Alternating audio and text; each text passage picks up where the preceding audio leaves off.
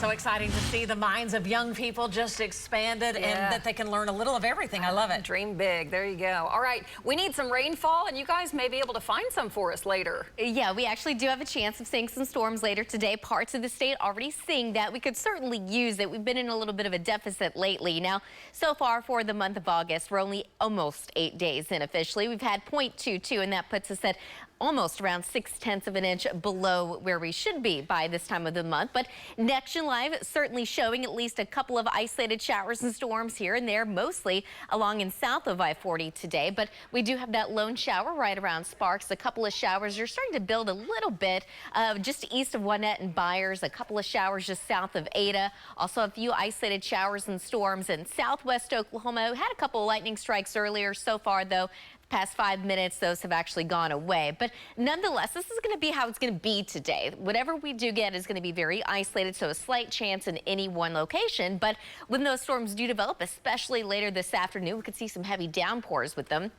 This is our American Fidelity camera, part of our Pike Pass Skycam network, seeing mostly sunny skies right now over Oklahoma City. It's 84 degrees. We've got a south wind at 10 miles an hour with dew points in the mid-60s. It feels more like 86.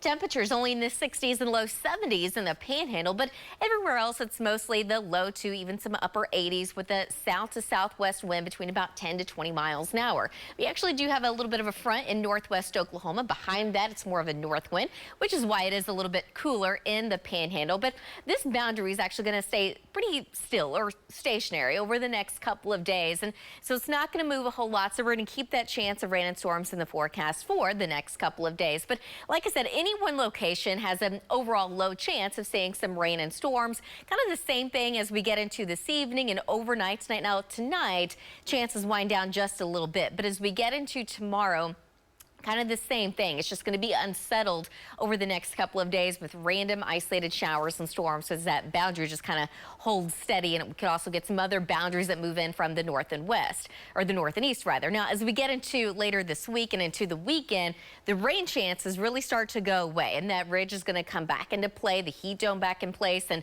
that's going to allow temperatures to start to warm back up in the upper 90s to around 100 degrees. And that should last into early next week, but from time to time, some of the data is still trying to bring in a little bit of a breakdown in the heat dome that could bring more rain chances and also some slightly cooler temperatures.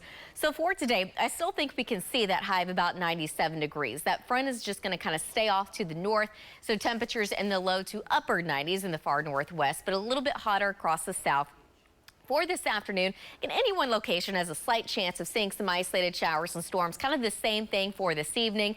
Overnight tonight, we're going to keep the slight chance of isolated showers, but overall chances go down just a little bit for any one location. Temperatures drop down into the low to mid 70s tonight, and then tomorrow afternoon, kind of the same thing. Temperatures back in the upper 90s to around 100, and tomorrow afternoon keeping a slight chance of isolated rain and storms across central, southern Oklahoma, but the chances will be a little bit higher tomorrow afternoon across western Oklahoma and the Panhandle.